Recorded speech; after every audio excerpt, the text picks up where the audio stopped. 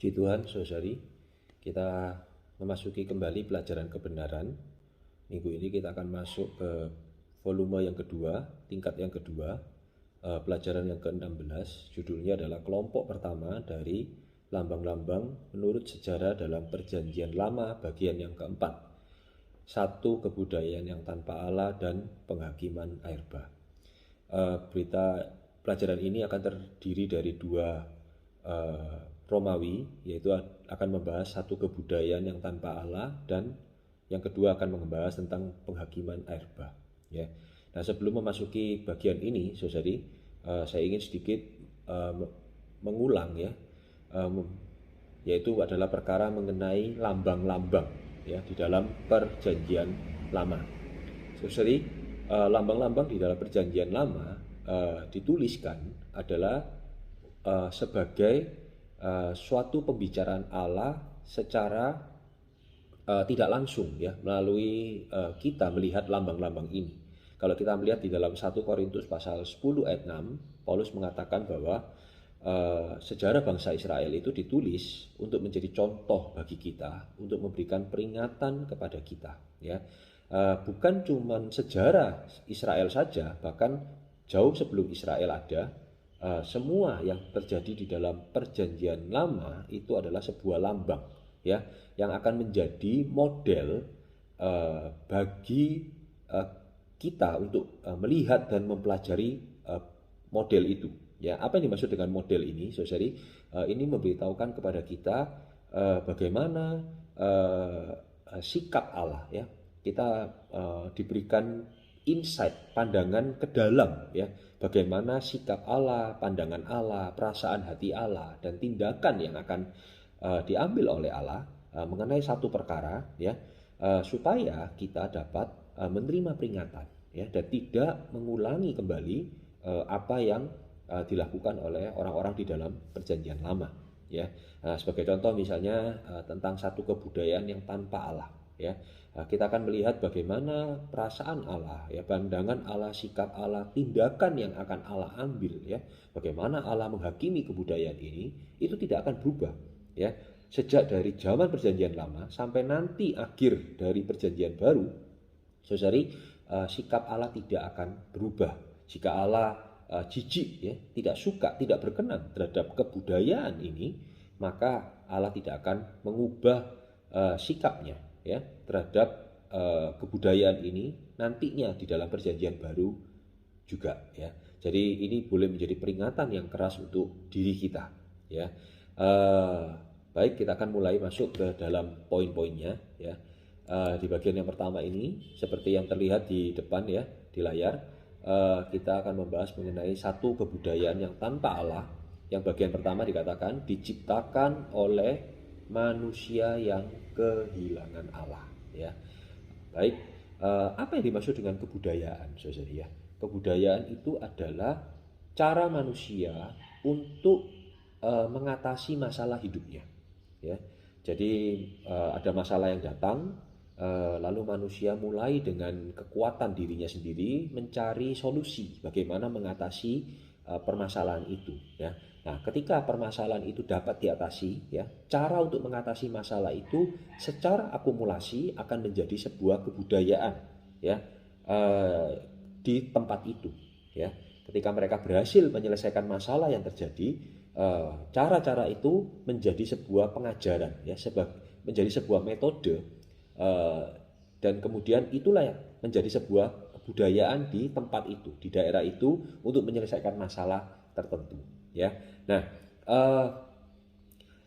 kebudayaan yang tanpa Allah ini diciptakan oleh manusia yang kehilangan Allah ya. Siapakah ini, saudari? Kita akan melihat di dalam Kejadian pasal 4 ya, mengenai cerita Kain ya. Saudari, Kain ketika setelah dia membunuh Habel adiknya, Allah datang untuk menghakimi Kain ya, dan kemudian menghukum dia ya. Apa yang dilakukan oleh Kain? Dia tidak bertobat, dia tidak mengaku dosa, memohon ampun di hadapan Tuhan, tetapi dia pergi dari hadapan Tuhan ya. Dan kemudian di dalam ayat 17-nya dikatakan bahwa Kain mendirikan ya suatu kota, dan dinamai kota itu Henok menurut nama anaknya. Jadi ini sangat kontras sekali ya.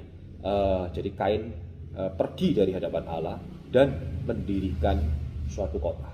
Jadi ini adalah sebuah situasi yang terjadi, saudari, ketika kita pergi dari hadapan Allah, yang kita lakukan adalah kita membangun kota. Ya, apa maksudnya ini? Tentu kita akan ingat ya, buklet yang yang ditulis oleh saudara Watchmeni ya, yaitu mengenai penghidupan mesbah dan kemah ya. Saudari, di situ kita melihat teladan Abraham ketika dipanggil keluar oleh Allah. Abraham adalah seorang pengembara ya, hidup di kemah ya. Dia asalnya tinggal di dalam Ur Kasdim, kemudian dia dipanggil keluar.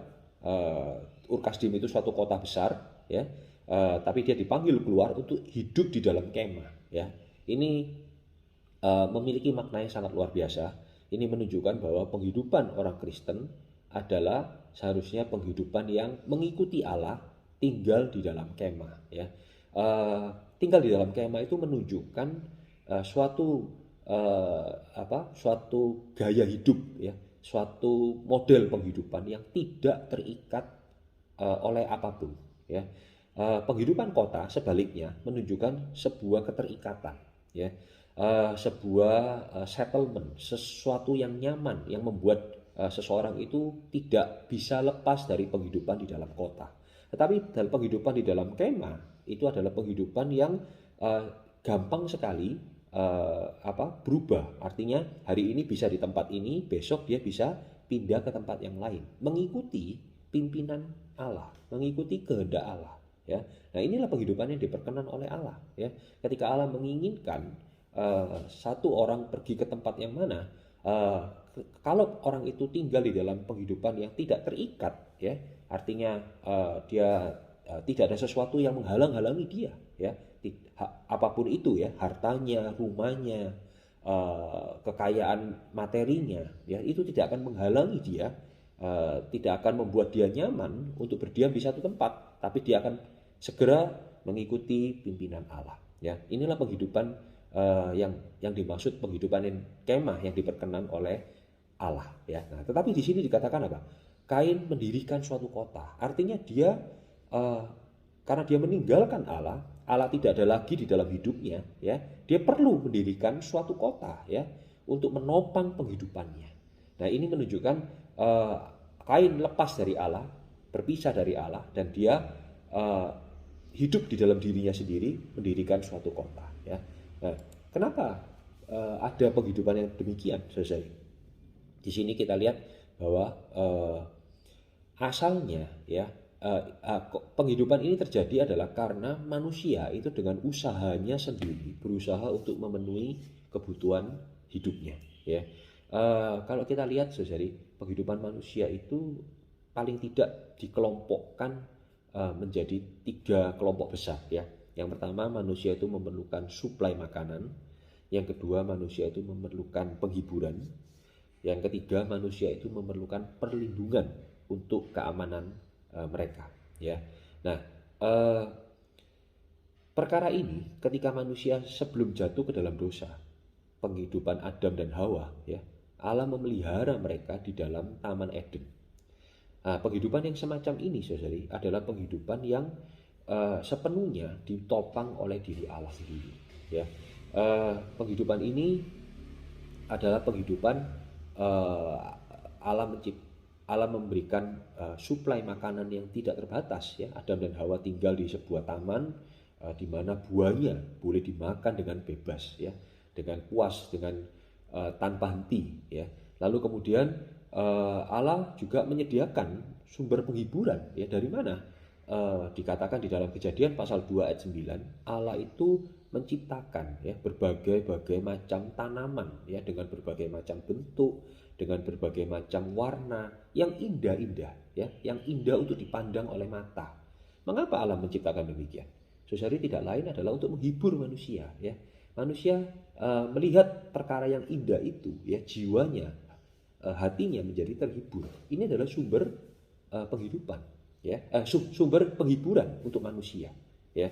Nah, di sini kita melihat Allah menjadi supply untuk menyediakan sumber penghiburan untuk manusia, ya. Nah, lalu juga apa? Eh, Allah menciptakan hewan, ya, binatang, eh, dengan berbagai macam jenis, dengan berbagai macam, di udara, di laut, di darat, ya, dengan berbagai jenisnya. Ini juga adalah penghiburan untuk manusia, ya. Bukankah kalau kita hari ini suka sekali, ya, melihat, pergi ke kebun binatang, ya, mengajak keluarga kita untuk apa? Untuk mendapatkan penghiburan. Ini menunjukkan apa? Bahwa dengan melihat binatang-binatang itu, kita terhibur. Ya, jadi inilah Allah memperhatikan, ya, penghiburan untuk diri manusia. Ya, lalu yang ketiga adalah perlindungan. Ya, nah kalau Allah hari ini menjadi kota benteng kita, ya, perlindungan, siapa berani melawan, ya, siapa berani menyakiti, mendekati kita untuk menyakiti kita? Tidak ada, saudara. Jadi sepenuhnya baik sumber makanan, sumber penghiburan maupun perlindungan Allah yang menyediakan. Tetapi ketika Kain pergi dari hadapan Allah, semuanya itu hilang. Kain kehilangan Allah dan Kain kehilangan suplai Allah, berkat Allah, untuk memenuhi kebutuhan hidupnya. Maka itu dia harus mengusahakan dengan kekuatan dirinya sendiri. Nah, saudari, membangun kota itu menunjukkan apa? Dia membangun sebuah sistem. Kalau kita lihat sebuah kota, ya, didirikan, kota itu, kalau kita lihat, kita misalnya hidup di kota seperti Surabaya demikian, ya, kota ini penuh dengan berbagai macam sistem, ya. Bagaimana manusia hidup, tinggal di dalam sebuah rumah, ya. Bagaimana air bersih bisa masuk ke dalam rumah, bagaimana ketika manusia itu makan menghasilkan sampah, membuang sampahnya bagaimana, ya. Bagaimana manusia juga mendapatkan sumber makanannya, ya. Bagaimana suplai daging, suplai sayur masuk ke dalam kota itu dan dapat ditemui dengan mudah. Semuanya itu adalah sebuah sistem. Sistem yang dibangun berjalan secara otomatis untuk memenuhi kebutuhan manusia di dalam kota itu.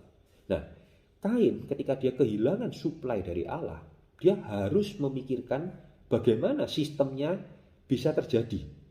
Sumber makanannya bisa dengan lancar dia dapatkan, sumber penghiburan bagaimana dengan lancar dia dapatkan, dan bagaimana dia juga mendapatkan perlindungan di dalam sebuah kota, ya. Nah, kita lihat di dalam Kejadian pasal 4 ayat 20 sampai 22, keturunan Kain, yaitu adalah anak Lamek, ya. Mereka itu ada 3, ya. Mereka itu menjadi bapak dari, yang pertama itu bapak dari segala ternak, ya. Jadi artinya mereka mengusahakan ternak berkesinambungan untuk menjadi suplai makanan mereka. Lalu kemudian anak yang kedua itu menjadi bapak kecapi dan seruling, ya. Ini adalah untuk penghiburan, ya. Lalu yang terakhir adalah bapak yang membangun senjata, ya. Ini adalah untuk perlindungan. Ini menunjukkan bahwa inilah sistem yang dibangun oleh Kain dan keturunan-keturunannya di dalam sebuah kota untuk menyuplai penghidupan mereka, ya. Nah, ketika mereka terbebas dari Allah, saudari, cara-cara ini, sistem ini menjadi sebuah kebudayaan, ya, kebudayaan yang menolak Allah.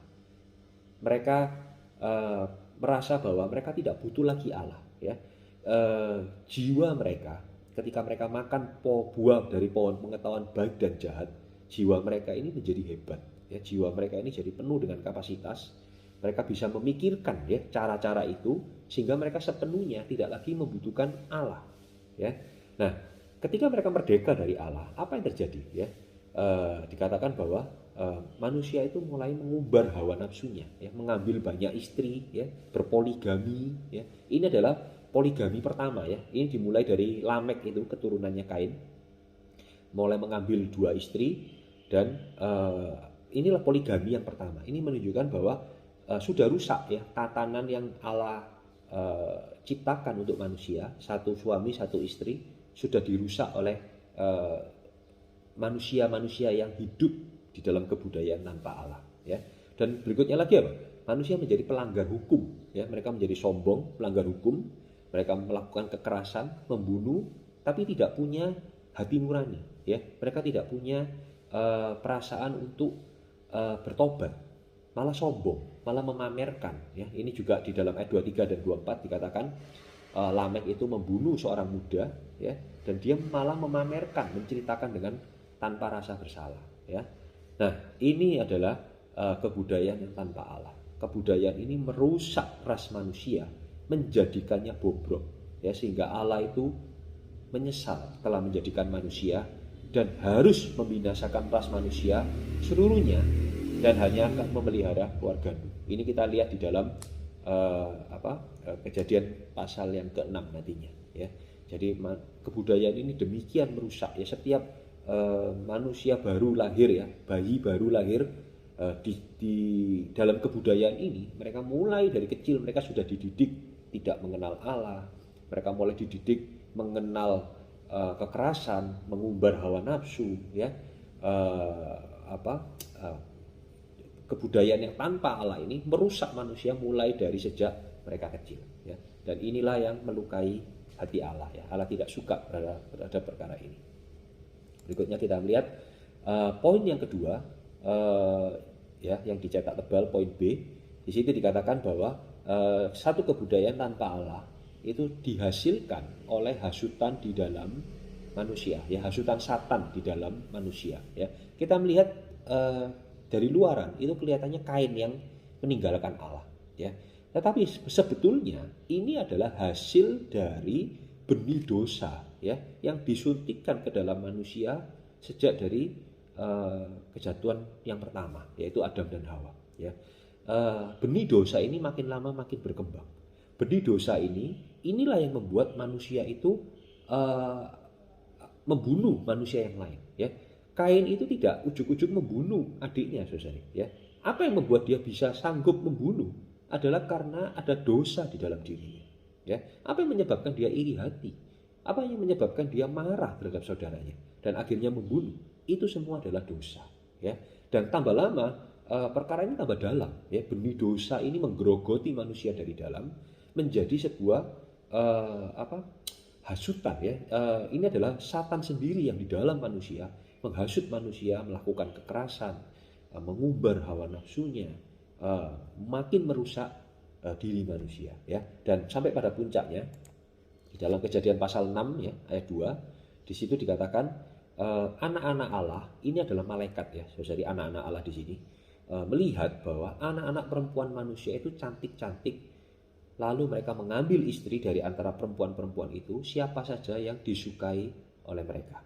Anak-anak Allah di sini mengacu kepada malaikat-malaikat jatuh ya. Ketika malaikat-malaikat jatuh ini mengambil tubuh manusia, dia memperistri ya, mengambil anak-anak perempuan manusia, lalu kemudian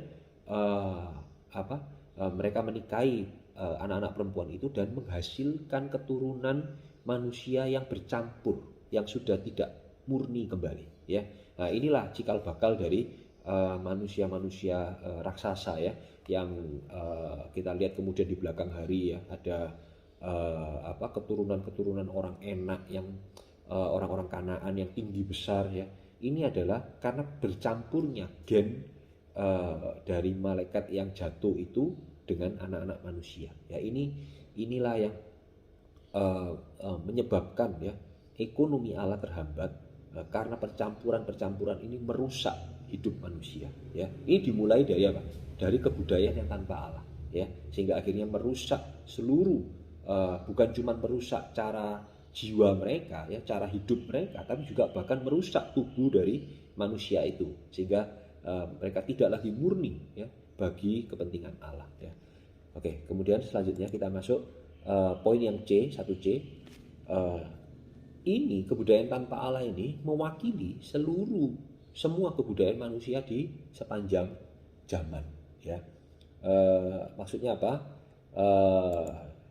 Di sini kita lihat ya, sampai nanti ketika Tuhan datang kali yang kedua, situasinya tidak berubah ya. Matius pasal 24 ayat 37 sampai 39. Di sini dikatakan sebagaimana halnya pada zaman Nuh, demikian pula halnya kelak kedatangan anak manusia ya. Sebab sebagaimana mereka pada zaman sebelum air bah itu makan minum kawin mengawinkan ya, sebelum air bah itu datang, dan melenyapkan mereka semua. Demikian pula halnya kelak pada kedatangan anak manusia. Ya, jadi artinya kebudayaan ini terus berlangsung sampai nanti Tuhan datang. Ya, jadi terus berlanjut, terus merusak, terus menghalangi, terus menghambat pergerakan ekonomi Allah, ya, merusak umat manusia, ya, sampai, dan itu tidak akan berubah, ya, sampai nanti Tuhan datang kali yang kedua. Ya, ini menjadi sebuah gambaran buat kita, ya, saudari, kalau kita mengasihi zaman ini, tinggal di dalam kebudayaan zaman ini, ya, kebudayaan yang menolak Allah, tanpa Allah, suatu hari nanti ketika Tuhan datang, Tuhan akan menghakimi, dan kita juga akan ikut di dalam penghakiman itu, ya. Maka itu kita perlu mendapatkan peringatan yang keras mengenai perkara ini, ya. Baik, kita lanjut ke berikutnya lagi, poin yang kedua, ya, yaitu mengenai penghakiman air bah. Nah, apakah Allah tinggal diam? Tidak, ya. Ini lanjut lagi, kita masuk ke Kejadian pasal yang ke-6, ya.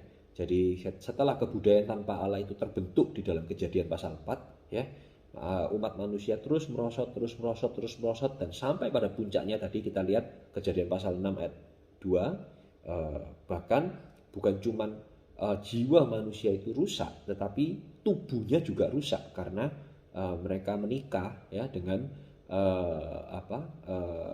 malaikat-malaikat yang jatuh itu menghasilkan keturunan yang tidak murni, ya. Allah tidak bisa memakai manusia itu untuk menggenapkan ekonominya. Apa yang Allah lakukan? Harus dibinasakan sepenuhnya, ya.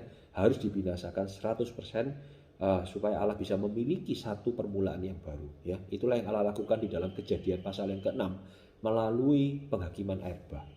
Allah hanya berkenan terhadap satu keluarga, yaitu keluarga Nuh, ya. Nuh beserta istrinya, juga 3 anaknya dan 3 menantunya. Allah selamatkan, Allah sisakan untuk menjadi benih yang baru di dalam zaman yang baru, ya. Nah, penghakiman ini, saudari, yaitu dikatakan apa? Allah itu, poin A, Allah mengubah fungsi atmosfer. Nah, saudari, ini sangat penting sekali, ya. Jadi, saudari, kalau kita lihat, ya, di dalam ayat-ayat ini, Kisah Para Rasul pasal 14 ayat 17, di sini dikatakan bahwa bukan tidak menyatakan dirinya dalam berbagai-bagai kebajikan, yaitu dengan menurunkan hujan dari langit dan dengan memberikan musim-musim subur bagi kamu. Jadi artinya, saudari, ketika penghakiman air bah itu, ya, kenapa bisa jadi air bah demikian besar, ya? Hujan turun terus-menerus selama 40 hari 40 malam, ya. Nah, sumber airnya dari mana? Sumber airnya itu dari ketika Allah menciptakan, ya, di hari yang kedua itu Allah menciptakan air itu terpisah, ya, air di atas dan air di bawah. Semuanya ini adalah untuk eksistensi manusia, ya. Jadi air di bawah itu adalah untuk air tanah, air laut, ya, untuk penghidupan manusia, dan air di atas juga untuk penghidupan manusia, ya, melalui hujan untuk memberikan kesuburan tanah, ya, sehingga manusia ketika berusaha itu manusia bisa menerima hasil yang baik. Ini Allah sudah mempersiapkannya. Tetapi karena kejatuhan manusia yang demikian hebatnya, Allah seakan melupakan tujuan itu, fungsi itu, dan kemudian dia malah membuka, ya, seluruh tingkap-tingkap langit untuk menurunkan air yang disimpan di langit itu sepenuhnya turun ke atas bumi, ya, sehingga akhirnya bumi itu kebanjiran, penuh dengan air untuk mematikan, memusnahkan seluruh umat manusia, ya. Kalau kita lihat Kisah Para Rasul 14, Yesaya 55, ya, langit itu memberikan hujan, ya, adalah untuk mengairi bumi, ya, membuatnya subur, ya, supaya tumbuh-tumbuhan bisa bertumbuh, ya, menghasilkan suplai makanan untuk manusia. Tapi karena dosa, ya, Allah seakan kayak melupakan, ya, fungsi langit ini yang adalah untuk eksistensi manusia, malah untuk menghakimi, untuk membinasakan manusia. Nah, ini adalah sebuah model yang Allah akan kerjakan nanti di akhir zaman, ya. Jadi Allah tidak lagi menyediakan, ya, bahan-bahan benda-benda ciptaannya ini untuk menolong manusia, tetapi malah untuk menghakimi, untuk membinasakan manusia. Ya, nah, kita lihat beberapa ayat di dalam uh, kitab kitab Wahyu ya. Ya, jadi penghakiman yang Allah kerjakan di dalam Kejadian pasal 6 itu adalah penghakiman dengan tujuan pembinasaan. Ini menjadi satu model ya. Ketika manusia itu bobrok sampai serendah-rendahnya, Allah akan mengubah fungsi langit dan bumi yang Dia ciptakan, yang asalnya bagi eksistensi manusia, menjadi pembinasa manusia. Ya, kita lihat di dalam Wahyu pasal 6, Wahyu pasal 8 dan Wahyu pasal 16 ya. Makin lama makin dalam ya. Di situ di Wahyu pasal 6 kita bisa lihat di layar ya, bumi dan langit akan diguncangkan, matahari menjadi hitam ya, bulan menjadi seperti darah, bintang-bintang di langit itu akan rontok ya. Seharusnya bintang-bintang di langit itu memberikan penerangan ya, memberikan bantuan arah ya, tetapi apa yang terjadi? Mereka rontok, menghujani bumi ya, sehingga merusak ya, menghancurkan bumi ya. Lalu di dalam Wahyu pasal 8 lebih lanjut lagi Allah menghakimi ya. Dia merusak bumi, merusak laut, merusak sungai ya. Sehingga apa? Manusia tidak punya suplai air ya.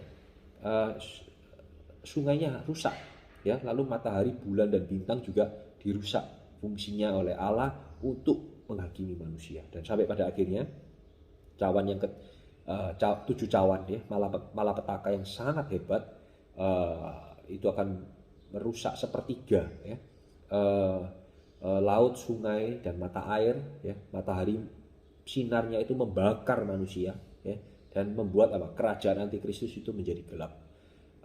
Inilah yang Allah akan kerjakan di akhir zaman ya. Juga akan terjadi gempa bumi yang besar, hujan es yang paling parah di dalam sejarah manusia. Ini Allah kerjakan. Allah mengubah fungsi ya, bumi, langit, ciptaannya ya, benda-benda penerang ya, matahari, bulan, bintang yang seharusnya untuk menyuplai manusia, menjaga manusia, malah menjadi pembinasa manusia. Nah, kita perlu berhati-hati saudara ya. Kita tidak mau berbagian di dalam perkara ini. Kita kiranya boleh bisa menerima peringatan kudus ini supaya kita tidak terseret terhadap perkara ini ya.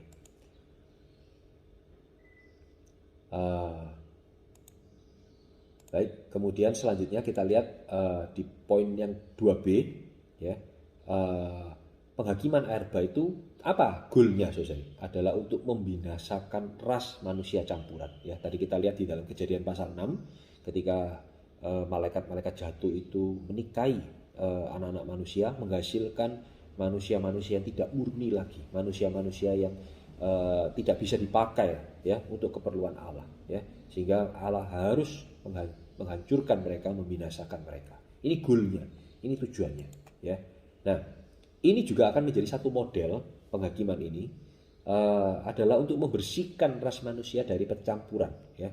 Nah, kalau kita lihat ya di dalam Wahyu, Matius dan juga kitab Wahyu, di akhir zaman nanti Allah itu akan paling tidak melakukan 3 penghakiman ya.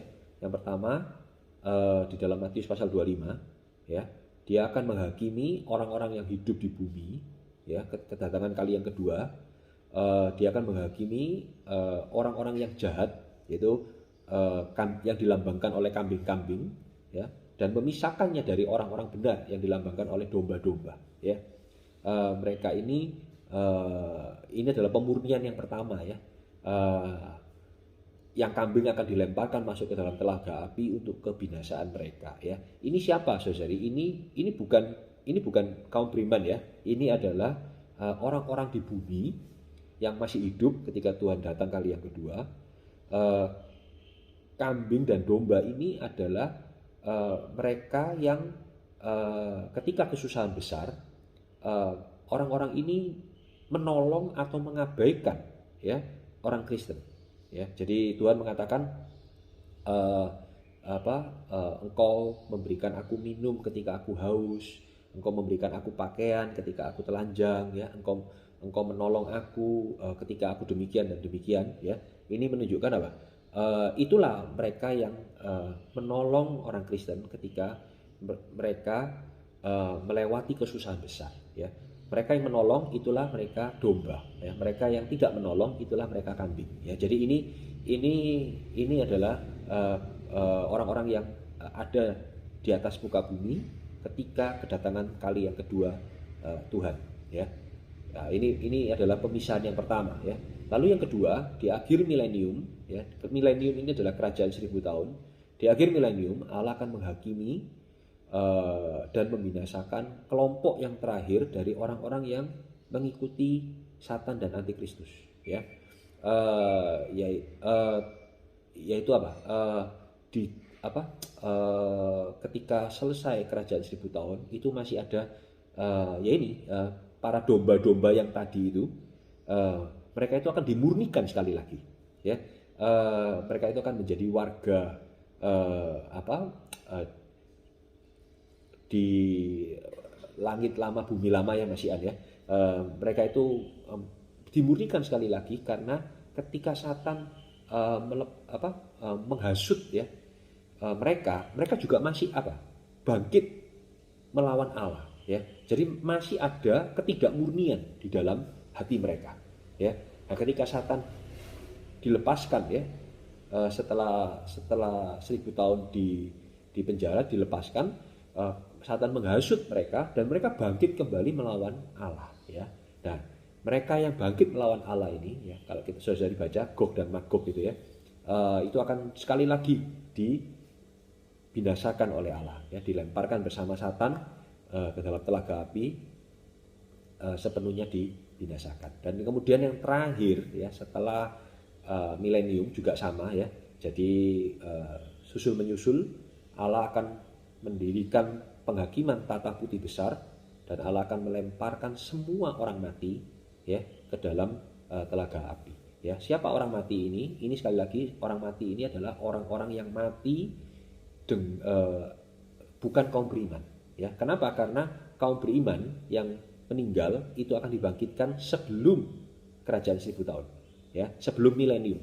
Jadi ketika setelah milenium yang tersisa adalah mereka yang mati yang bukan kaum beriman, ya. Jadi mereka ini tidak mengalami kebangkitan, ya, kebangkitan kedua, kebangkitan pertama mereka tidak mengalami dan mereka hanya di dalam penghakiman itu mereka akan dilemparkan, ya, ke dalam telaga api, ya. Ini adalah tujuannya, semuanya itu adalah untuk memurnikan, ya, membereskan ketidakmurnian umat manusia, ya. Ketika semuanya dimurnikan, dipisahkan, yang tidak murni, ya, yang tersisa adalah yang murni, ya, yang adalah manusia yang bagi keperluan Allah. Seperti yang terjadi pada zaman Nuh, akhirnya Allah mendapatkan 8 orang, ya, Nuh, istrinya, 3 orang anaknya dan 3 orang menantunya. Mereka inilah orang-orang yang mengambil jalan penebusan dan hayatnya. Nah, keselamatan Nuh ini menjadi model untuk keselamatan kaum saleh perjanjian baru. Saudari kita yang hari ini mengambil jalan penebusan dan hayat Allah, kita inilah yang akan disisahkan oleh Allah untuk memasuki zaman yang baru, ya, baik di dalam milenium maupun di dalam langit baru dan bumi baru. Jadi pemisahan-pemisahan yang Allah kerjakan tadi, 3 macam penghakiman tadi, memisahkan domba dari kambing, memisahkan mereka-mereka yang pemberontak, lalu memisahkan sekali lagi mereka-mereka yang tidak mengambil jalan penebusan, ya, artinya mereka yang tidak menerima keselamatan karena tidak mau percaya. Saudari, mereka semua inilah yang dibuang, dibersihkan supaya yang murni, yang mengambil jalan penebusan, yaitu adalah kaum beriman. Mereka inilah yang akan memulai satu zaman yang baru di langit yang baru dan bumi yang baru, ya, di Yerusalem yang baru. Jadi saudari, tujuannya adalah untuk mendapatkan sekelompok manusia yang bagi kepentingan Allah sepenuhnya. Puji Tuhan, saudari, inilah lambang-lambang di dalam perjanjian lama yang dituliskan untuk menjadi sebuah model bagi kita supaya kita berjaga-jaga, ya, kita memperoleh pandangan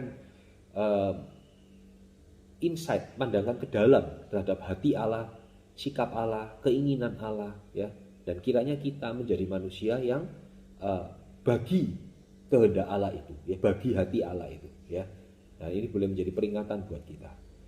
Saya sampai di sini, puji Tuhan, kiranya pelajaran ini bisa membantu kita semua. Puji Tuhan, amin.